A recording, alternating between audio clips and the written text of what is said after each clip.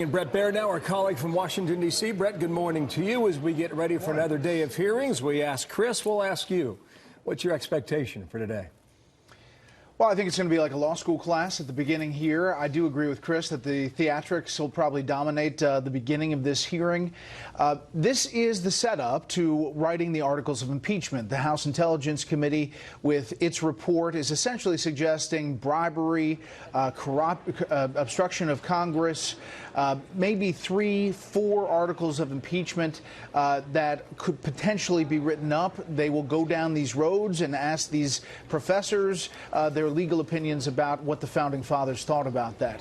But there will be a lot about the process and how Republicans think it's unfair. Just a note about President Trump.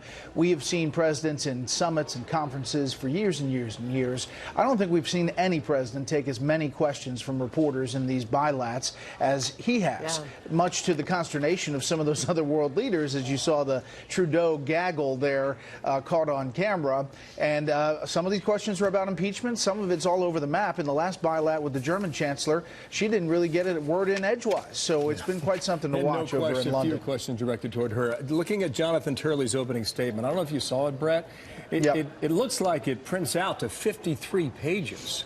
I'm not sure if he's going to deliver 53 pages in opening statement or not, but Turley's the guy called on behalf of Republicans. I'm not quite sure Turley himself is in the category of a conservative, but he's certainly in the category of a constitutional scholar. He's going to argue you cannot impeach for the allegations that have been laid out against the president.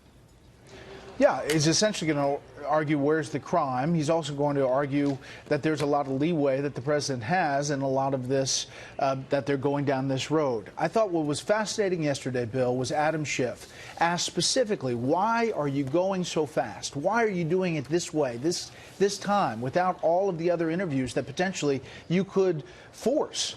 And he said, we have to act fast because the president could do this again, suggesting that the president would reach out to another foreign leader ahead of the 2020 election and somehow affect the election. Well, that is a new line that we're hearing from Democrats, that this is why they have to go forward and not wait for the subpoenas of Bolton or Mulvaney or Pompeo or anybody else. Thank you, Brett. Stand by there in Washington in a moment.